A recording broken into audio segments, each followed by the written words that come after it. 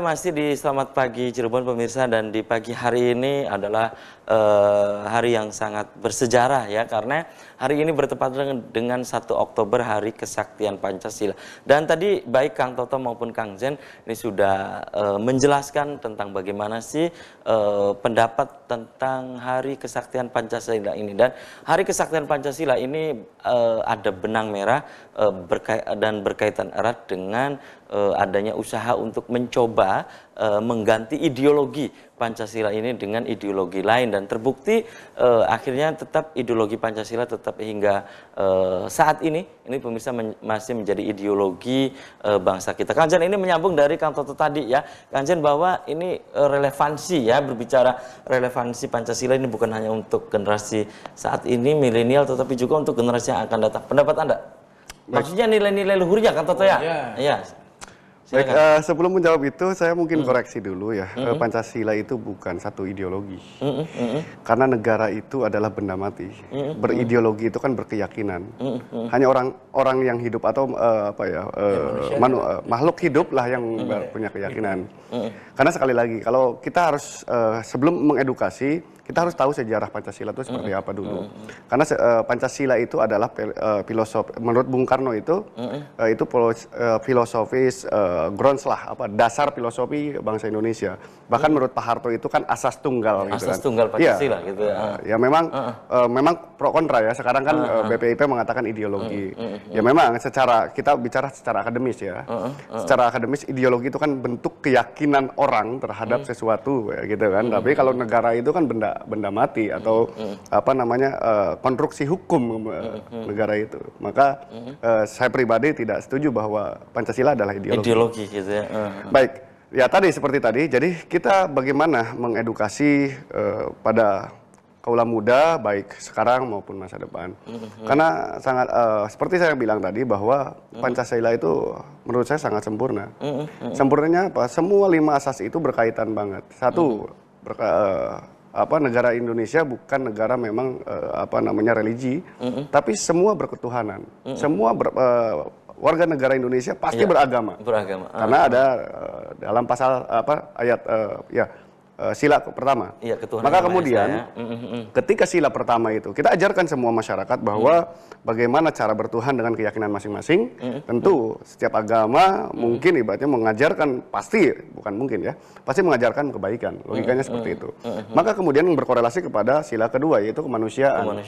Ketika kalau dalam Islam ada hablum minallah, maka ada hablum minanas. Seimbang itu. Bagaimana ibaratnya memanusiakan manusia, baik dari masyarakatnya dalam hal ini mungkin khususnya pemerintah.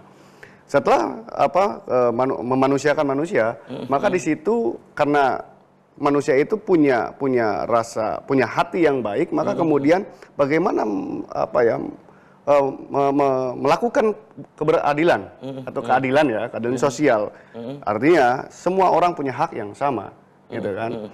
Tapi ketika ada perbedaan pendapat, pandangan dan sebagainya, maka dicantumkan di sila keempat, yaitu permusyawaratan perwakilan. Semua bermusyawarah, tidak ada perbedaan yang signifikan, semua adalah kesepakatan seperti Pancasila itu sendiri. Maka setelah tidak ada ego sektoral masing-masing, maka disitulah adalah keadilan sosial untuk seluruhnya. Karena memang semua berperan untuk berkeadilan semuanya, bukan hanya untuk diri sendiri seperti itu. Itulah yang harus kita edukasi, bahwa nilai ini sangat luhur, karena tadi seperti Kang Toto katakan bahwa ini adalah bentuk kristalisasi dari semua peradaban di di negara kita ini. Negara kita gitu ya. Baik, Kang Toto, ini yang tadi saya sebutkan bahwa 1 Oktober ini ada benang merah dengan tanggal sebelumnya ya, ada gerakan yang mencoba untuk mencoba untuk menggantikan Pancasila itu. Pendapat Anda, Kang Toto? Pendapat saya terkait dengan peristiwa yang lalu, ada pepatah mengatakan jangan melupakan sejarah. Karena sejarah itu adalah identitas sebuah negara, kan gitu kan.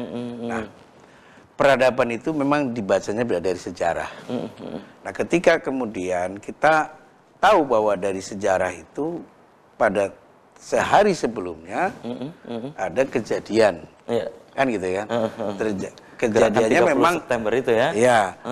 Saya waktu itu masih umur 1 tahun tidak paham. Tetapi kan kita bisa Ya dari sejarah. membaca Dari sejarah sejarah. segala macam. Kan bukti-bukti sejarah itu pun sudah ada. Nah, dari situ menurut saya ini momentum yang harus Momentum atau apa? sejarah.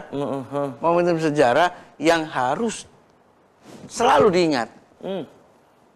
Setiap 1 Oktober. Setiap zaman ya kepada generasi sebelumnya, generasi sekarang, generasi yang akan datang itu harus tahu. Jangan sampai nanti kita tidak tahu patung itu patung siapa, monumen itu monumen siapa, anak-anak atau generasi penerus tidak tahu, yang nanti tidak akan punya makna.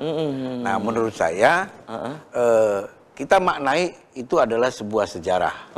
Sejarah yang harus kita ingat, kita catat, dan kita maknai agar peristiwa-peristiwa yang terjadi masa yang lalu yang memang gitu kan tidak boleh ditiru, ya jangan. Kalau bisa Sejarah kelam hindari kan begitu. Gitu. Oke, Kang Jan, pendapat Anda ini menyambung dari Kang Toto ya.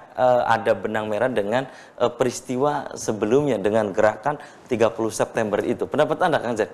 Ya, betul. Karena saat itu kan dalam arti kata itu hanya ingin merebut kekuasaan.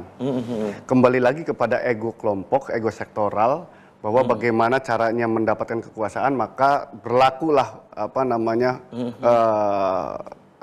hukum sendiri gitu loh. Menghalalkan segala cara lah, bahasa kasarnya begitu. Nah, kemudian ini sebetulnya justru masyarakat kita harus diberikan contoh oleh para pemimpin Contoh kita. apa gitu itu, Kang Jan? Ya contoh bahwa sekarang kan kita sedang bicara masalah kesaktian Pancasila. Dulu itu Pancasila yang mungkin dulu saat kesepakatan bersama melalui Piagam Jakarta dan sebagainya, bukan digugat tapi saat itu kesepakatan para founding father kita. Maka saat itu kan ibaratnya Pancasila mulai dirongrong gitu kan. Dirongrongnya sebetulnya bukan hanya Pancasila, sebetulnya hanya merebut kekuasaan. Merebut kekuasaan, betul. Termasuk 30 September itu. Betul. Oke, tapi tahan dulu nih Kang Jan ya. Baik. Merebut kekuasaannya nih 30 September. Anda di rumah jangan kemana-mana, kami akan segera kembali usai jeda iklan berikut ini.